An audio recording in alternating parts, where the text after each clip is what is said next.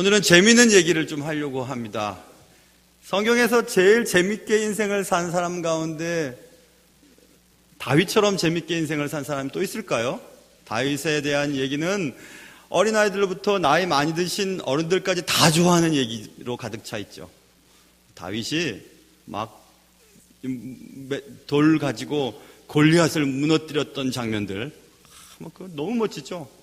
그리고 왕궁에 들어가서 미친 사울 왕을 위해 하프를 막 연주하던 장면들, 그리고 사울의 사위가 되었다가 사울의 시기심 때문에 침대에 인형을 눕혀두고 우상을 눕혀두고 창문 밖으로 막 도망갔던 그런 다윗의 모습, 도망을 다니면서 사울 왕을 몇 번씩 용서해 주던 장면, 그리고 적국에 망명해서 왕 앞에서 미친 채 하면서 침을 질질 흘리면서 목숨을 겨우 부지했던 그런 장면들, 너무너무 재미있어요. 너무너무 재미있죠.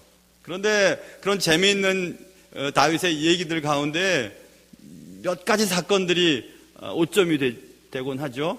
오늘 우리가 읽은 이 사건도 다윗에게 있어서 큰 그런 오점을 남긴 사건입니다.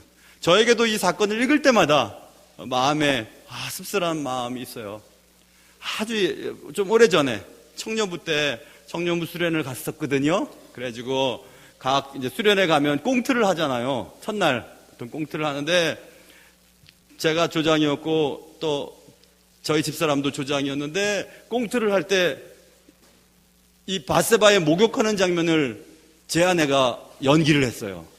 얼마나 기분이 나쁘든지 요즘도 가끔씩 제가 그때 왜 그 연기를 했냐고, 막 청년 형이 이렇게 이불로 이렇게 가려주면 어떤 형이 저보다 잘생겼어요. 큰 형이 이렇게 다니면서 다윗처럼 흉내를 내고, 제 아내는 그쪽 뒤편에서 양말도 벗어 던지고 스카프도 던지면서 목욕하는 장면 이런 걸 했어요. 그래서 제가 그때 얼마나 기분이 안 좋았던지, 결국 그래서 그 연극은 뛰어난 연기력에도 불구하고 떨어지고, 제가 했던 천국문 앞에서의 그 연기가 우수상을 받았죠. 최우수상을. 역시 연기보다 내용이 중요하다는 것을 제가 그때 알았습니다.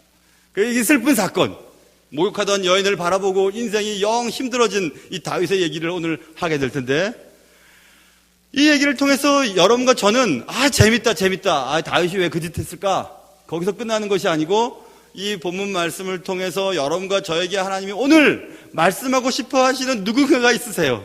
아니면 나인지도 모르고 오늘 말씀을 통해서 여러분과 저에게 주시는 하나님의 말씀을 받고 우리의 삶의 여러 가지 부분들에 있어서의 삶의 조정이 일어날 수 있는 귀한 시간 되시기를 주님의 이름으로 축원합니다. 이 사건은 이렇게 시작됩니다. 다윗이 목욕하던 여인을 발견하고 그 여인과 함께 옳지 않은 일을 하고 그 여자가 임신을 하고 이런 여러 가지 이야기들. 그런데 이 다윗의 이 엄청난 실수는 이미 예견되었다는 것을 알 수 있어요.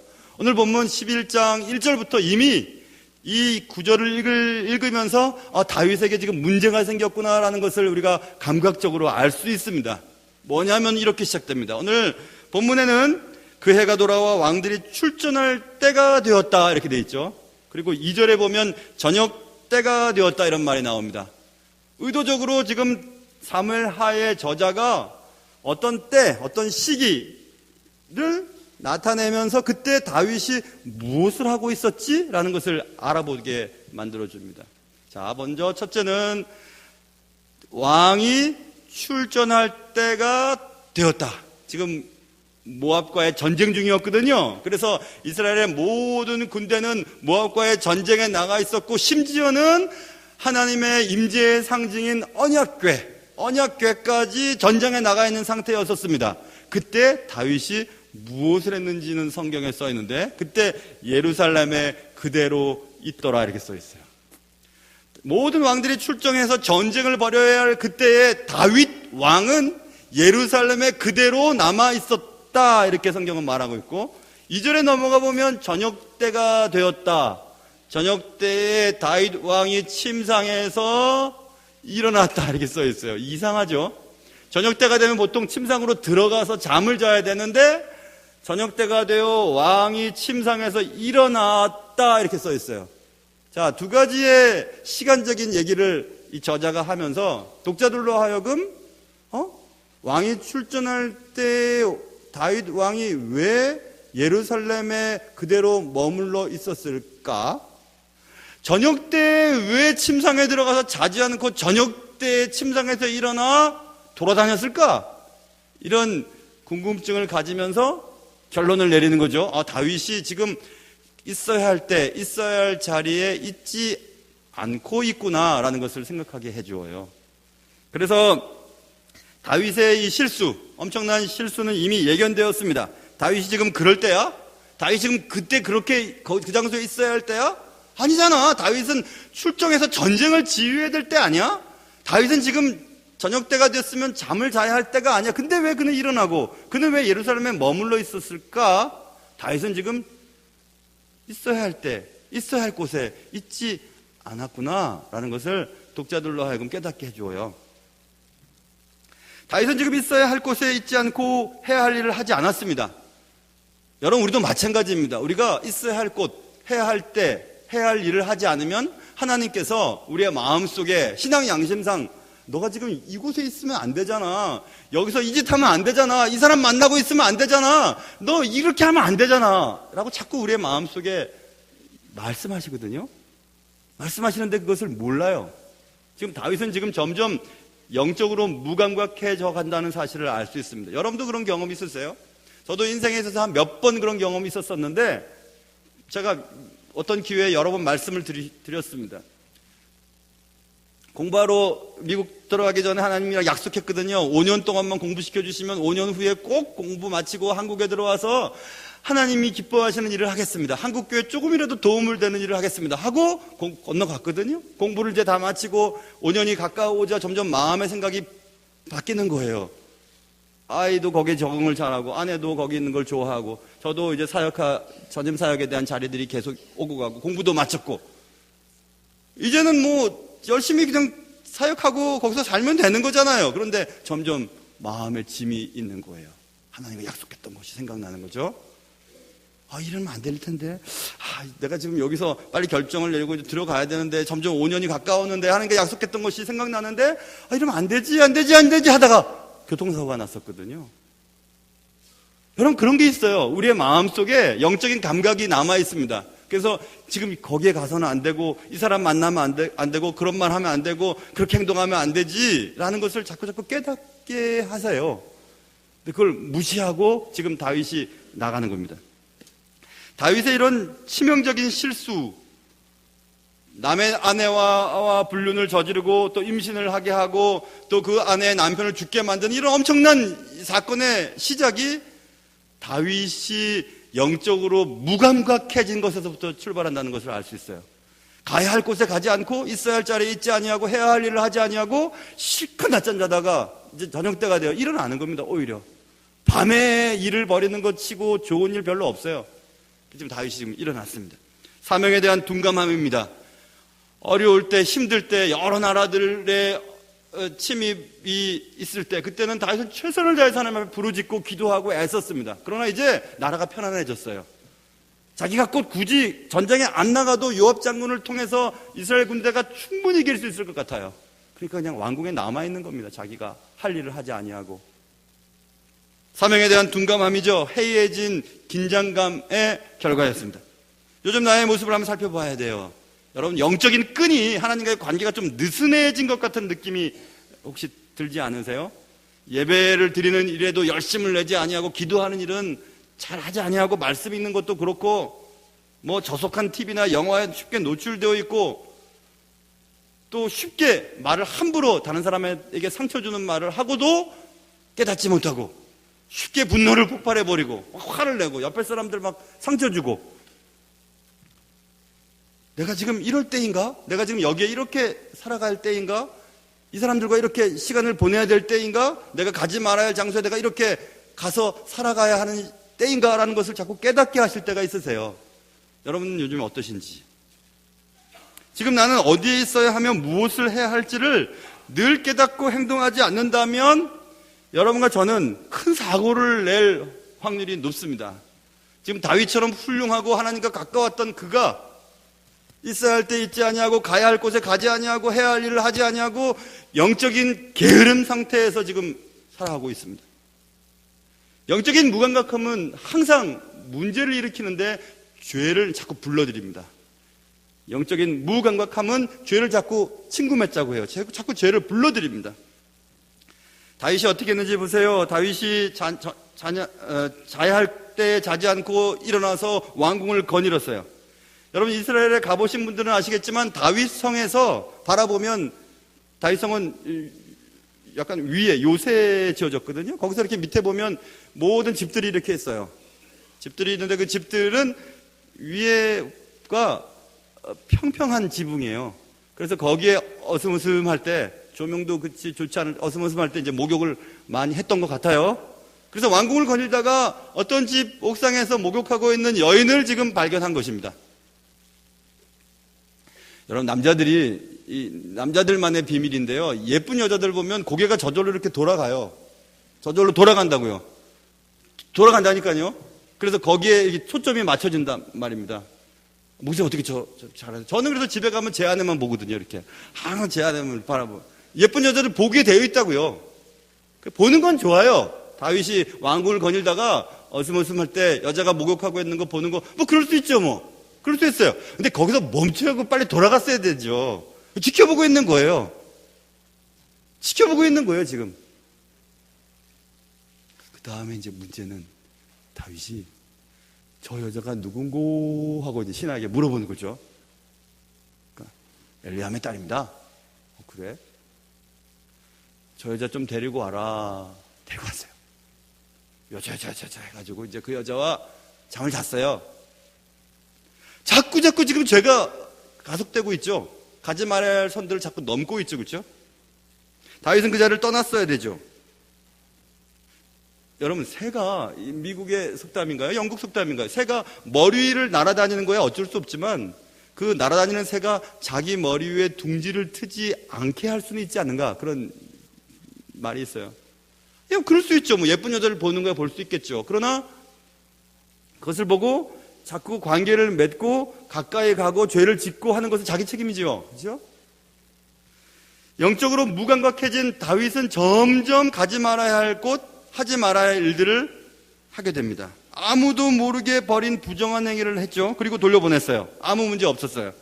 왕이 그까짓 일을 벌인다고 해서 누가 뭐라고 하는 사람도 없었을 겁니다. 전제군주 시대에 뭐 부인도 많고 첩도 많이 두던 그때에 뭐 한 여인을 불러다가 그런 일을 한 것에 대해서 뭐라고 할 사람도 없었어요. 그렇게 그 일은 아무도 모르게 지나갔습니다. 그런데 어느 날 그 여자로부터 어떤 사람이 왔어요. 그 사람이 그 여자의 말을 전달해 주었는데 그 남자가 하는 말은 내가 애를 가졌어요. 이 얘기를 했어요. 내가 임신하였나이다. 다른 사람의 아내, 그 여자가 내 아이를 임신했다. 이 얘기를 들은 거예요. 야고보서 1장에 보면 욕심이 잉태한 즉 죄를 낳고 죄가 장성한 즉 사망을 낳느니라 이런 말이 있죠. 여러분 욕심 부리면 꼭 죄를 짓게 되어 있고 죄를 가만히 두면 꼭 사망에 이르게 되어요. 큰 사고를 칩니다. 다윗은 그동안 열심히 살았어요. 열심히 폭풍질주를 했죠. 그러면서 지금 뭔가 큰 사고를 칠 것 같은 불길한 징조를 보이기 시작합니다. 다윗은 지금 죽을 지경이 되었어요. 만일 자신의 불륜 사실이 드러나게 된다면 많은 부인들과 첩들이 어떻게 할지, 그리고 많은 대신들이 하나님을 섬기는 왕, 하나님과 가까운 왕, 하나님을 찬양하는 노래를 지은 왕, 하나님의 사람 다윗이 아무도 모르게 그런 짓을 했고 그런 일들을 벌였다는 사실을 알게 된다면 다윗은 어떻게 될까요? 그리고 백성들은 하나님을 섬기는 왕 다윗의 뜻을 따르려고 할까요? 그렇다면 다윗은 어떻게 될까요? 다윗은 죽을 지경이었습니다. 여러분, 어느 가정이든지 잉태의 소식은 기쁜 소식이에요. 너무너무 좋은 소식이죠. 새 생명의 탄생, 새 생명이 잉태됐다는 사실이 얼마나 좋은 소식입니까? 그런데 그 소식이 다윗에게는 죽을 지경의 소식이 된 거예요. 여러분, 죄는 기쁜 일이 없어요. 아무리 기쁜 일이라도 기쁘지 않은 일로 바꿔버립니다. 죄는 그런 성질이 있어요. 죄는 기뻐할 수 없게 만들어주죠. 이처럼 영적 무감각의 피해는 치명적인 것이 됩니다. 과거에는 뭉둥병이라고 했죠. 그 다음에 나병이라고 하고 이제는 한센병이라고 하죠. 한센병의 무서움이 무엇입니까? 다른 무서운 병들도 많은데 왜 한센병에 대해서 그렇게 우리가 무서워했죠? 어릴 때 아이의 간을 먹는단다. 그래가지고 밤에 못 다니게 해서 무서운가요? 한센병의 치명적인 두려움은 신체가 변형된다는 데 있어요. 막 코가 막 떨어져 나가고 귀가 막 없어지고 손이 막 마디마디가 잘라져 나가죠. 그 신체가 변형돼요. 무서운 거죠. 너무너무 무서운 거죠. 그렇죠? 신체가 변형되니까. 그런데 왜 신체가 변형되는데도 아무런 조치를 취하지 않는 걸까? 그거는 신체가 변형되도록 시간이 지나도록 아무렇지도 않은 것에 있어요.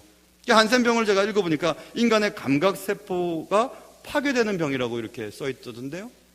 감각의 세포가 파괴되니까 코가 없어지든지 뭐 귀가 떨어져 나가든지 모르는 거예요. 아파도 잘라져 나가도 모른다는 거죠.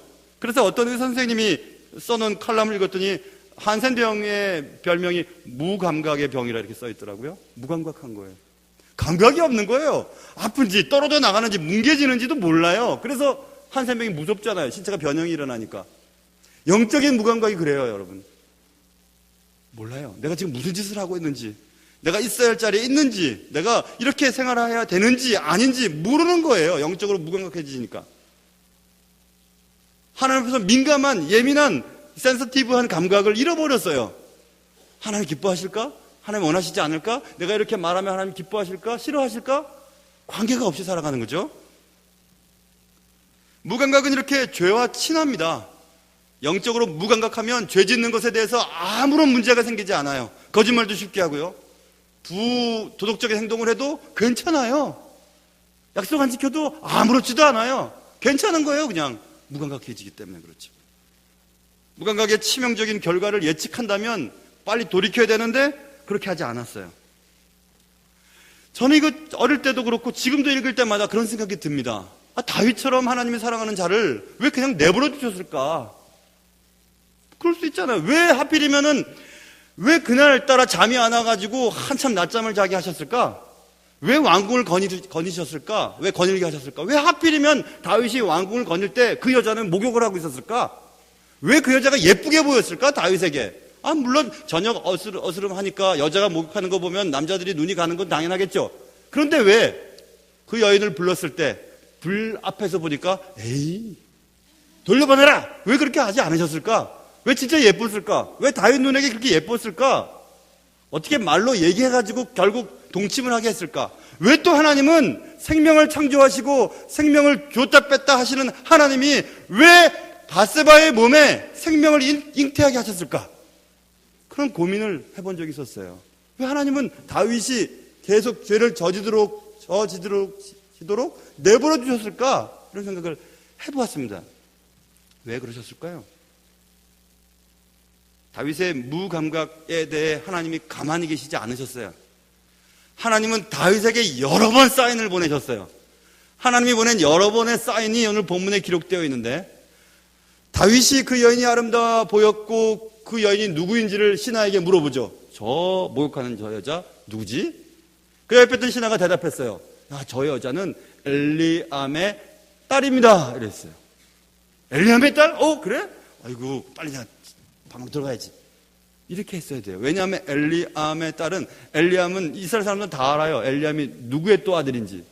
엘리암은 지금 다윗의 왕궁에서 가장 다윗을 도와주는 모사꾼, 계략, 마치 삼국지의 유비 곁에 있었던 제갈공명처럼 최고의 모사꾼인 아히도벨의 아들이 엘리암이고 엘리암의 딸이 바세바예요. 오늘 목욕하고 있는 여인. 그러니까 아히도벨의 손녀딸이 지금 목욕하고 있는 여인이에요. 그러니까 엘리암의 딸이라고 신하가 얘기했을 때 다윗은 어이구 큰일 날 뻔했네. 엮일 뻔했어 하고 들어갔었어야 돼요. 엘리암의 딸이라고 신하가 대답했을 때에 그 엘리암의 딸이라고 하는 말은 하나님이 하신 말이에요. 하나님이 그 신하를 통해서 안 돼. 조심해야 돼. 멈춰. 엘리암의 딸. 이렇게.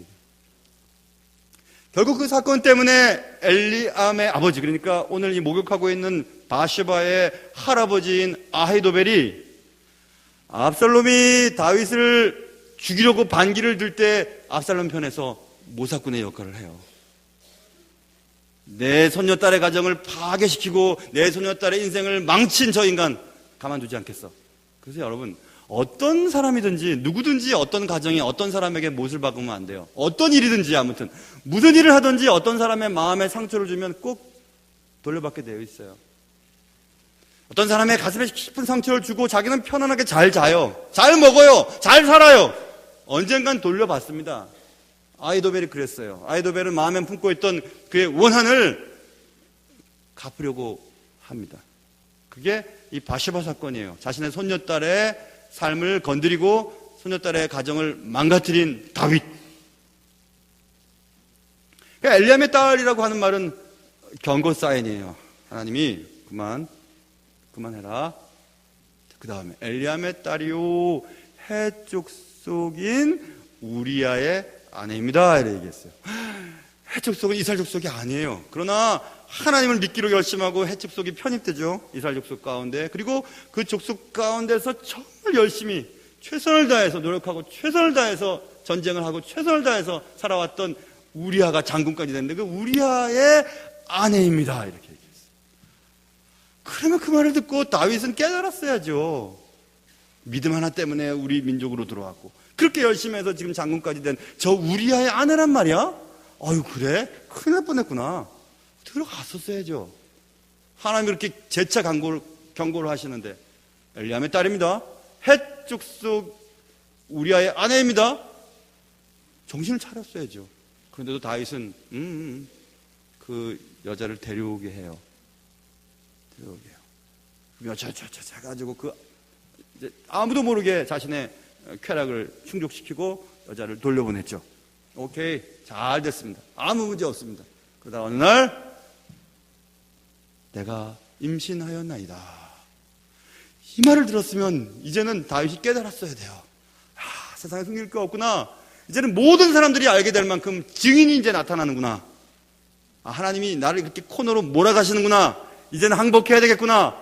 이제는 더 이상 숨길 수 없구나 라고 고백하고 엎드렸었어야 되죠. 그렇게 또 안 해요. 날짜를 맞춰보니까 우리아로 하여금 임신을 하게 한 것처럼 만들게 하기 위해 요압 장군에게, 군대 장관에게 전가를 보내 우리아를 왕궁으로 불러들입니다. 우리아에게 얘기하죠. 너 수고 많이 했으니까 너네 집에 가서 먹고 마시고 너 처와 함께 잠을 자고 쉬다 가라. 얘기를 하죠. 이제 됐다. 휴, 큰일 날 뻔했다. 큰일 날 뻔했지. 근데 그 다음날 신하로부터 전가를 하나 받죠. 임금이시오, 어젯밤에 우리아가 자기 집 안 내려가고 그냥 궁궐 옆에서 부하들과 같이 잤어요. 깜짝 놀랐어요. 아니, 왜 안 내려갔지? 왜 자기 집으로 안 내려갔지? 큰일이죠. 그때 또 깨달았어야죠. 하나님이 우리아의 마음을 그렇게 하셨나 보다. 정말 정신 차려야 되겠구나. 깨달았어야죠. 그때 또 안 그래요. 하나님께서 너무 안타까우셨던